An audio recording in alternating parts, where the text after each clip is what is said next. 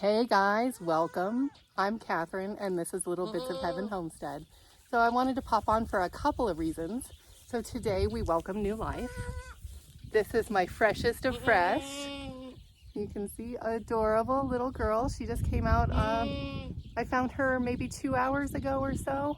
She is still a little wobbly on her feet, but getting the hang of being here and being a part of the herd.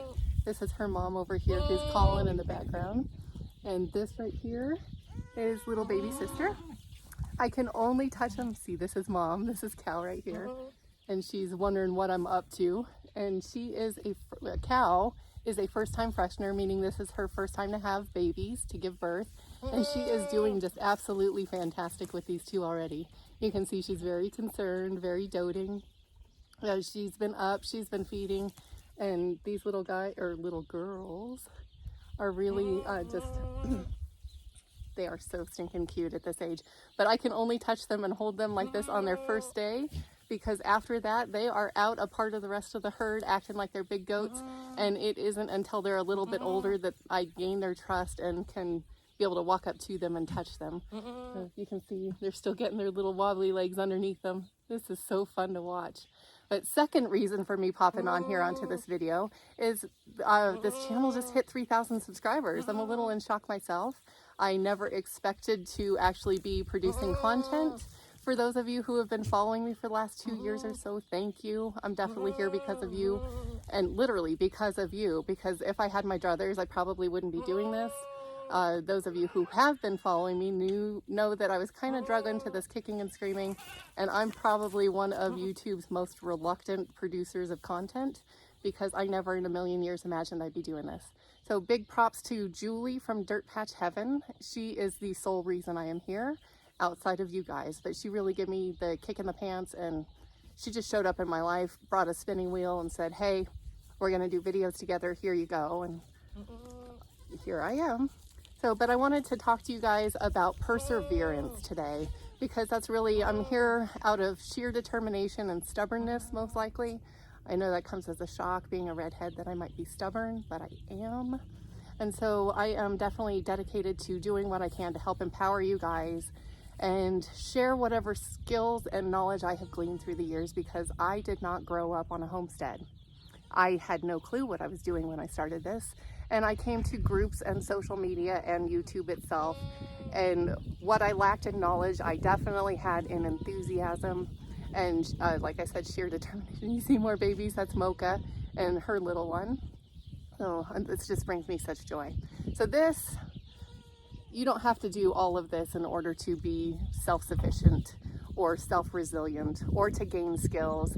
There is some sort of compounding effect when you get into homesteading and you start small and you think, oh, well, it makes sense to add fill in the blank, be it chickens or meat rabbits or ducks or goats or bees, or in my case, all of the above, because you can justify each and every addition as logical and it makes sense, and then you kind of wake up before you know it and you've got homestead math happening. And I have no idea how many goats I have. I hate to admit that. I've got a fair amount. I'll take you guys on a quick tour, and I want to show you my greenhouse, because it goes hand in hand with perseverance. And homesteading and self-sufficiency is not an instantaneous creation. You can't be fully self-sufficient. I've come to that realization through this journey, is not one person can do it all. You really do need a village. And oh, this baby, she's wanting to rub on my, yeah, hold on. You're gonna knock over my camera, little one. Oh my gosh, I just love this. So tell me that doesn't just bring joy to your, oh, okay. Yeah, you guys too. You make me happy too. So this is PETA and her 2 kids. So she had them maybe 3 weeks ago. I'm terrible at keeping track of that. I used to use Facebook as my scrapbook, and I got booted off of Facebook, so I lost all of those memories, but this is really cool. I love watching the circle of life, and then they grow so quickly. It's really it's amazing how fast they grow. But this is all a part of the homestead math. So you can justify it, and then you have to breed the girls in order to get the milk. And in order to have an ongoing meat supply, you have to have babies either coming up or animals ready to butcher. I don't know if you can see, yeah, this guy in the background, he is a buck and he is up for slaughter on my next go round. And then the pen behind there, I don't know if any of them are out, but oh, that's Buttercup. She's my original doe. So, and then in this back pen here, that's my buck pen. That's where Satan dwells. For those of you who don't know Satan, he's my original buck. He is an impressive father. He is wonderful with the ladies. He is a force of nature to be reckoned with. And that's something you need to know when you get into goats, is these are huge creatures, well, huge in comparison to me. And there are many breeds of goats. I go bigger, go home, I guess. Yeah, he's also up for butcher, that guy there with the domino spot. I'm going to save his pelt. He is going to make a beautiful blanket. Look at how cool he looks. So he's got that one spot on the other side. Turn around, dude. Turn around. And he's got two perfectly symmetrical circles on this side too. So he looks like a domino. I'm so excited to save his pelt. So, and then this dude right there, the white guy, he is a wether. He is from my first litter of goats ever. He's one of Buttercup's babies. I have no idea why I keep him. I should probably eat him. So, but yeah, I want to show you my garden and talk to you about perseverance, as I've sidetracked all over the place, because raising food is definitely not, there is nothing instant gratification about this. It takes patience. It takes a whole lot of optimism. When you stick seeds in the dirt, nothing comes up for weeks and you're watering dirt. And you start thinking that you're watering nothing, and then out of nowhere life arrives. And it's kind of like these animals too, is when I got into goats, it was intentionally I wanted milk, but I got 3-week-old babies. And so you have to put a lot of time and energy and resources and infrastructure in, because we had never had goats. This property was not built with livestock in mind. It's a subdivided ranch.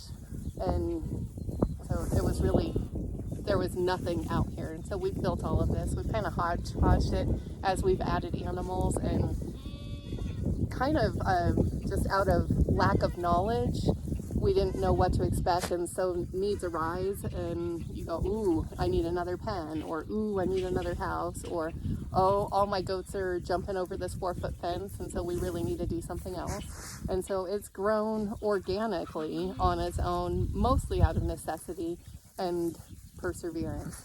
So we were determined to try and create a lifestyle that would give us peace of mind. That was really my intention. I came to homesteading out of being a prepper.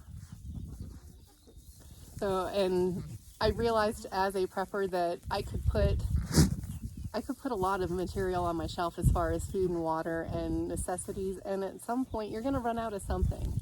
And if you don't have the skills and abilities to do things like raise food, butcher your own food, grow a garden, that if and when shit does hit the fan, it is too late. You don't have time at that point. And so if you're living in a city right now, I would encourage you to do something small. Put a tomato plant in a pot on your porch. Grow some herbs in your windowsill. If you can do backyard chickens, do backyard chickens, because a lot of municipalities will allow that. Our town, we actually had a lady who had backyard chickens because she was insistent on, this is what I want to do, and this is the right way of life. And she challenged the city because they did have ordinances against livestock, specifically chickens, and she won. And that was a huge win for all of the community, because that gave people not only the ability, but the legal right. And not that we should have a legal right to raise our own food. I felt like a rebel the entire time I've done this, and it seems so crazy that going back to basics and living the lifestyle that our grandparents and great-grandparents lived is some sort of rebellious act, but it is. It's countercultural.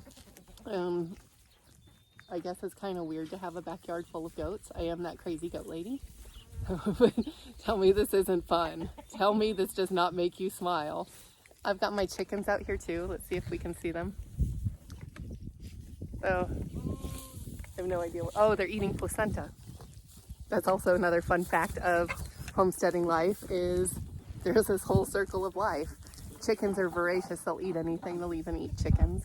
So But yeah, this is absolutely fantastic. So if you have any sort of ability to raise any sort of your meat on your own, it's empowering, and it's sobering, because you have to actually look them in the eyes, and you do develop relationships. I'm sorry, I don't think that anybody who engages in this lifestyle is so cold-hearted that they won't bond with their animals, because a lot of us do this specifically for making sure that our meat is treated and raised in a humane and ethical way. I catch a lot of flack on my chicken slaughter video, which last time I checked, it's got over 130,000 views. That's crazy. But that's something that I knew when I put it out, I was going to receive a lot of condemnation. I knew that it would be full of criticism. I knew that I would be called names. I have been. I've had death threats issued against me. I don't care. Honestly, I really don't care, because I can stand on my own 2 feet with my head held high, knowing that I pour myself into these animals, and they have good lives. And up until the very end, I mean, even their last moments, I tried to make as peaceful as possible. So the criticism and condemnation just rolls off my back. And I would encourage you, if you get into homesteading, that you kind of take that same mentality. Not that this is the quote-unquote right way, but there's going to be a lot of people who criticize your choices, and you got to just persevere. Your why has got to be bigger than whatever negative may come your way, because when you're committed to this, there's going to be people who have things to say. There's always people who have things to say. So let it roll off your back. Just do your very best. Okay, so this has been kind of rambling. I do want to show you guys my greenhouse, because again, there's no instant gratification in homesteading. Let's see if I can do this without... see my background? I live on the edge of heaven, guys. Love it here. Okay, and I am Desert Southwest, and I have been running this homestead on low to no water for about the last decade.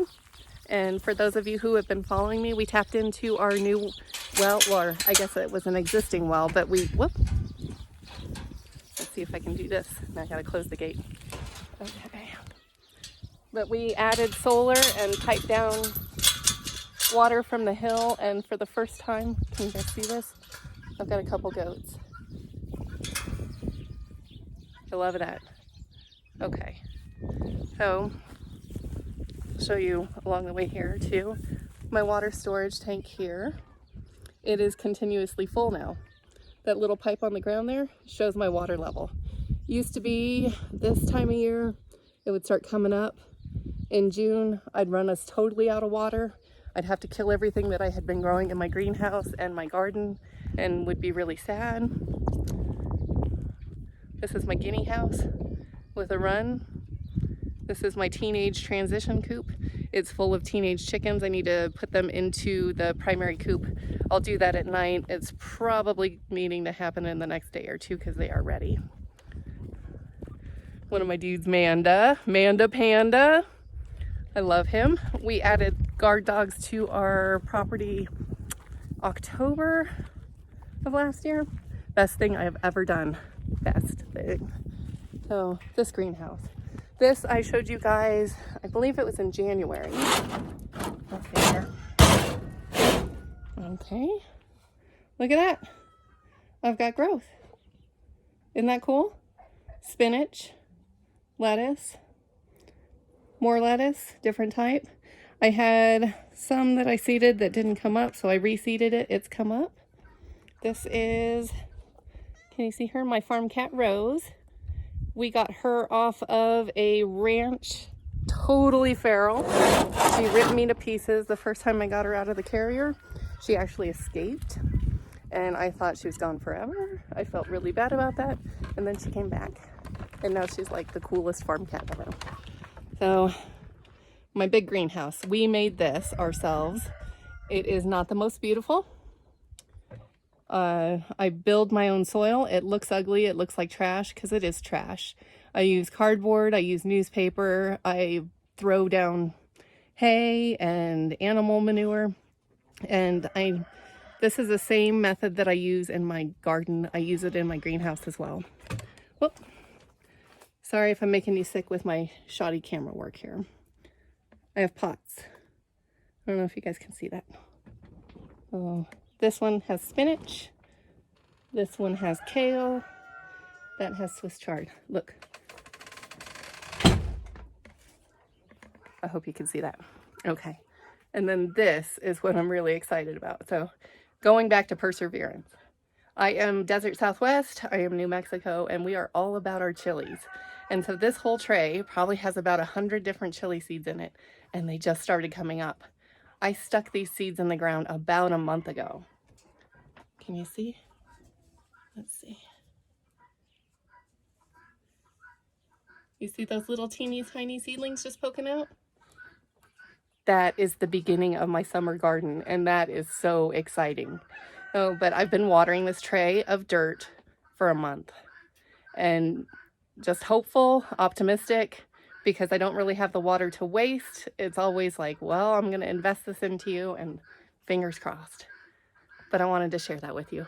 Okay, I'm 16 minutes into this rambling, and I hope that you enjoyed the mini tour. I hope you enjoyed my baby goats, because I totally enjoy my baby goats.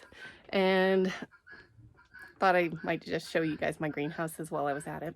Okay, guys, well, that's really all I have. Thank you for helping me get to 3,000 subs. I hope that I offer information that is of value to you guys.